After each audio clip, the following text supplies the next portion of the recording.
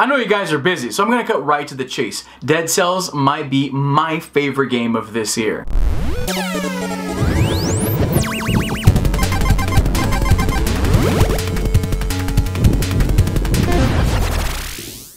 Dead Cells is a roguelike with some Metroidvania elements released yesterday by Motion Twin on every console. Now, this game isn't new to gamers because it's been on open access on Steam for, what, the better part of a year. I've had it for a long time and I enjoyed it, but you guys know me, I'm a portable guy, so I was really hyped for the Switch release of this game. In case you don't know what a roguelike is, it's basically an offshoot of action-adventure games where you have one life to get to the end of a dungeon and you're killing all these enemies and you're accumulating weapons and all these things, but when you die, you start from the beginning and you lose it all. You make some incremental progress, but the gist is you have to see how far you can get with basically nothing from when you start. With each consecutive run, you accumulate just enough experience to gain a few things that'll carry you over to the next, but for the most part, it's a game about dying a lot and starting way in the beginning. The story, well, it's kind of light on story. There doesn't really seem to be one, and it doesn't help that I have a real problem with focusing on things.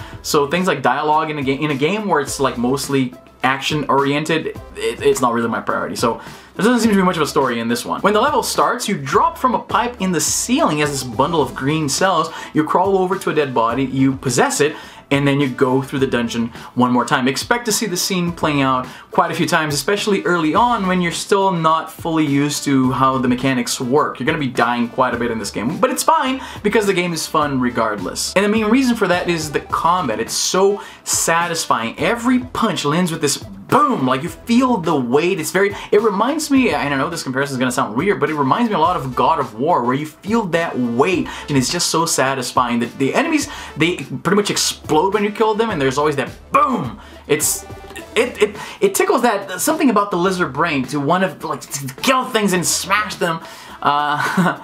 Sounds weird when I put it this way, but I think I'm probably not the only one that feels that way and you kill the thing in this game. Everything has some weight to it. Your character in the game does this ground pound, you jump and then you press down and the jump again, and it just slams down on the ground. If there was an enemy nearby and its life bar wasn't full, it explodes very satisfyingly. There's a huge variety of weapons, both melee and ranged. Grenades, there's traps you set down. They have all these different attributes, so some weapons are more effective if an enemy is burning or if it's frozen, so it's cool to mix and match. But with every run, everything is kind of random, so don't get married to a certain weapon combination, because when you die, that's not the one you're gonna get next time, which it's very effective because it makes me be very, very careful with how I play this game. Like when I get my weapons that I really like say the freezing punch, I become even more tense because if I die, I know I'm gonna lose that. Now, though there's a lot of variation with the weapons, the same can't be said about the enemies. I'm coming from a Castlevania tradition where there's so many different enemies. I was beating Symphony of the Night and I'm getting to the very end of the game and I'm seeing new enemies that I hadn't seen throughout the entire game, and it's not quite the same for this game, which can be a little bit disappointing. It's good that the enemies are insane. Part of the reason why the combat feels so hyperkinetic is because the enemies in Dead Cells don't stay put. They're chasing you around and they're throwing ranged attacks and they're doing all sorts of crazy stuff that forces you to be freezing one guy on one side and hitting the other guy on the other side with a sword, then coming back with the first guy. It feels a little bit like, again, it's a weird comparison, but the Batman games where you punching this one guy, turn this guy, punch this other guy, turn the other guy, stun this one guy. You can't just sit still. You have to be jumping around and doing that ground pound I mentioned. It's very, very satisfying. Like I said, the fact that the enemies explode when you get them, and some of them will even hurt you after you kill them, forcing you to not stay put even after you defeated them, is just frantic in a very good way. To call Dead Cells white knuckle action is actually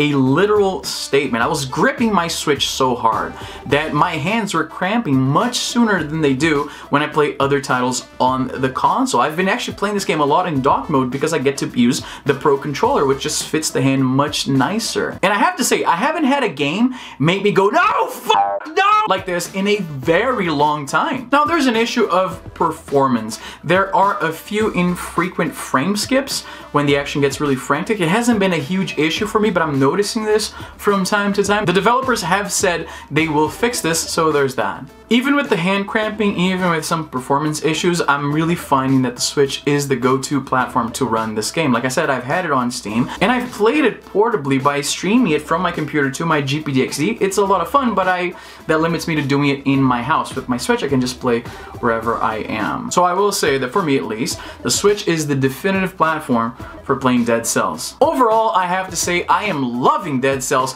for the Switch. Everything from top to bottom, from the manic combat to all the different weapons you can mix and match, to the enemies. Again, not as much variety in the enemies department as I would like, but they're still pretty memorable. They're kind of crazy too. They're jumping all over the place, throwing things, teleporting all over. It's insane. It's, like I said, I'm gripping my Switch so hard sometimes, it hurts. Overall, I have to say Dead Cells is a masterpiece of a game. Instant classic, 5 out of 5 for me. And I will throw this out there. Motion Twin did not supply me with a review copy. I bought this game myself. It's really good. Anyway, what did you think? Did you like the game? Were you frustrated? You know what's funny? I'm finding that this game is going to make me a better gamer because I was, up until this game, and you can make fun of me for that, but I was the kind of gamer that I just kind of brute force enemies, and in this game, that will not work. You have to dash and jump and smash down and do a backflip, and you're gonna have to do a lot of things. It's like I said, it's frantic. You can't stay still just hitting enemies over the head with the sword. That's not gonna work. You're gonna have to be jumping around. Like, remember that scene in Attack of the Clones where Yoda is doing this? That's how Dead Cells feels. And it's great! Anyway, that's all the time I have for today. I'm Izzy, and I'm done.